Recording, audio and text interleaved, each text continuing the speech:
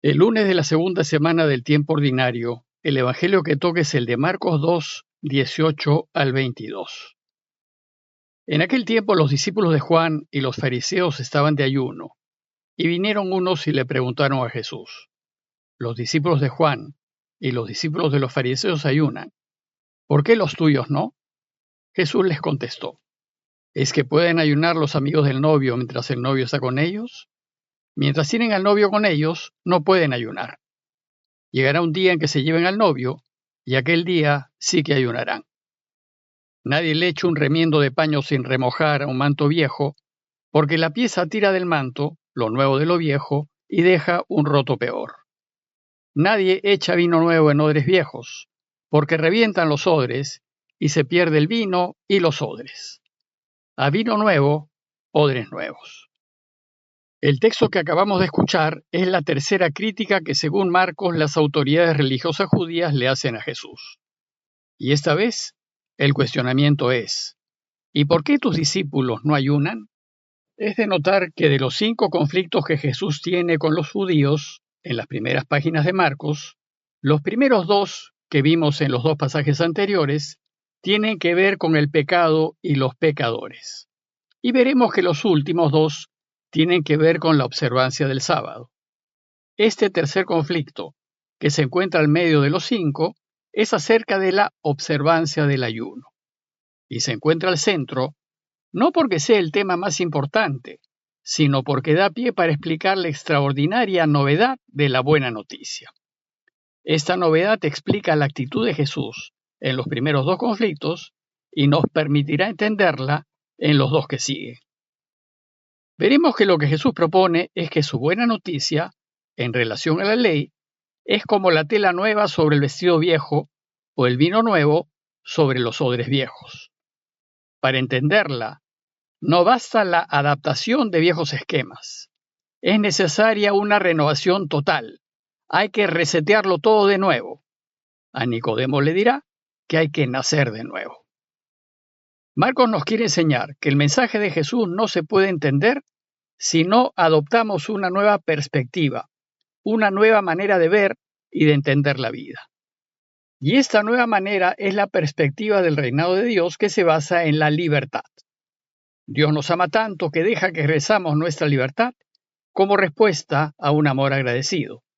Y por tanto, nuestra relación con Dios debe construirse desde la libertad de los hijos de Dios y no desde la obligación del legalismo y de las normas por cumplir.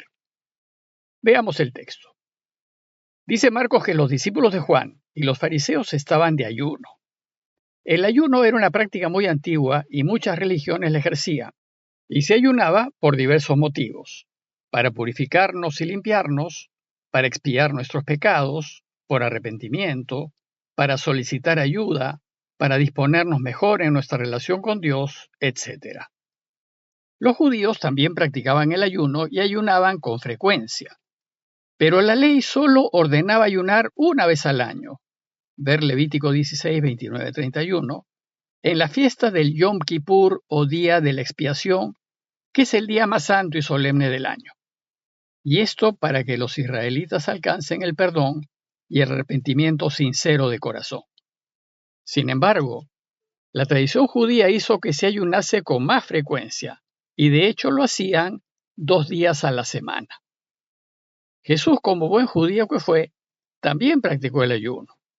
Un ejemplo, según los evangelios sinópticos, fue ese ayuno de 40 días y 40 noches, es decir, un largo tiempo, que hizo Jesús después de su bautismo.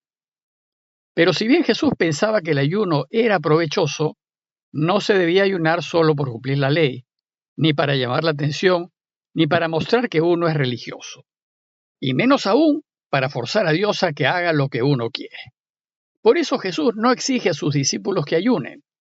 Sus discípulos deben crecer en la libertad de los hijos de Dios y practicar el ayuno por convencimiento, es decir, cuando se den cuenta que ayude, pero no por el hecho de cumplir con una obligación. Esta práctica de Jesús contrastaba fuertemente con la actitud farisea, que exigía el cumplimiento estricto de la costumbre. Y como Jesús no cumplía la costumbre en automático, le van a preguntar: ¿Y por qué los discípulos de Juan y los discípulos de los fariseos ayunan y en cambio los tuyos no? Jesús va a responder esta crítica ubicando su respuesta en un contexto de boda y de fiesta. Y dice, ¿pueden acaso ayunar los invitados a la boda mientras el novio está con ellos? Aquí Jesús se identifica con el novio e identifica a sus discípulos con los invitados a la boda. Y como saben, en una boda, los novios son los personajes principales. Y en la cultura judía, fuertemente machista, el más importante era el novio. Pero al referirse al novio, Jesús alude a la imagen del matrimonio que el Antiguo Testamento usaba con frecuencia para describir la relación entre Dios e Israel.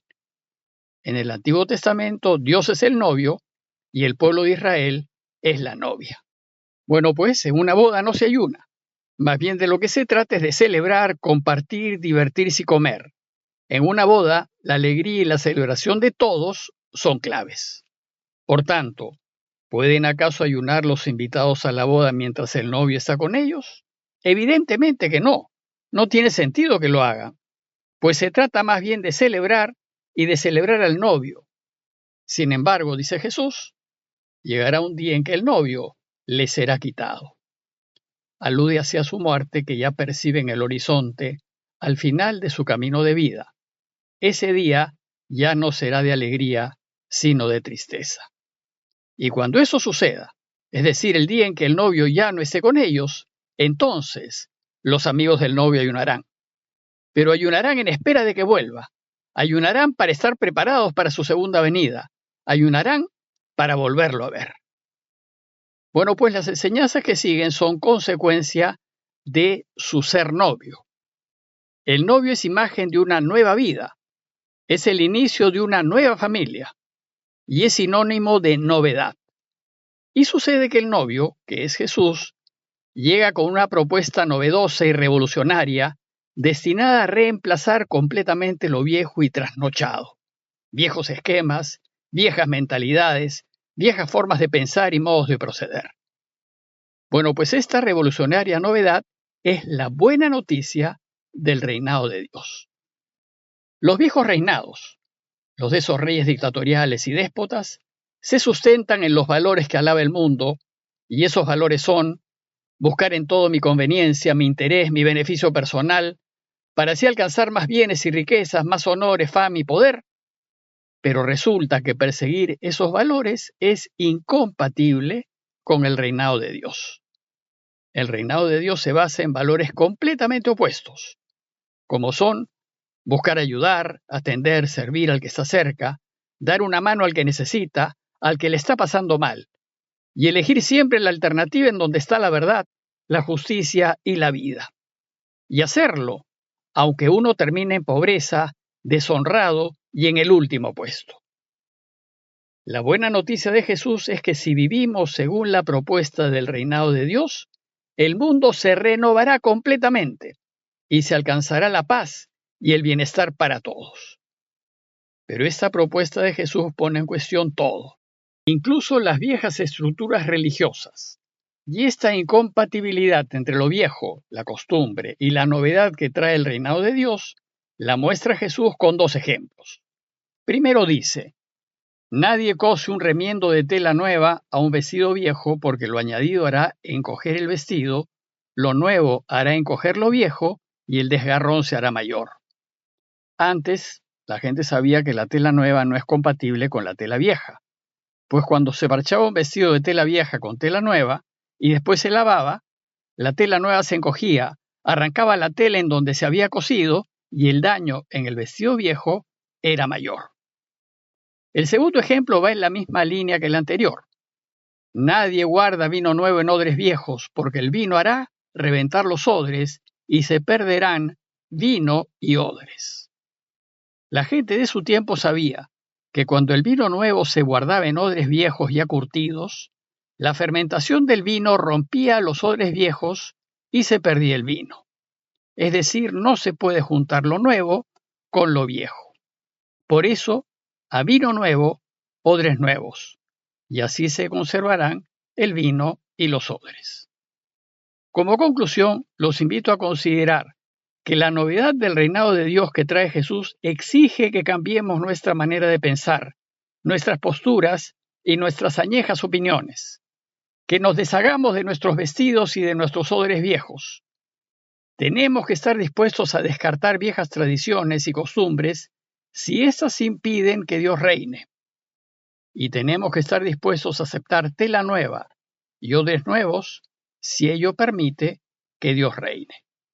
Sin embargo, actuar así exige de parte nuestra un cambio radical de mentalidad, una gran apertura, una capacidad para leer los signos de los tiempos y ver la necesidad de adecuarnos, pero sobre todo, exige mucha libertad.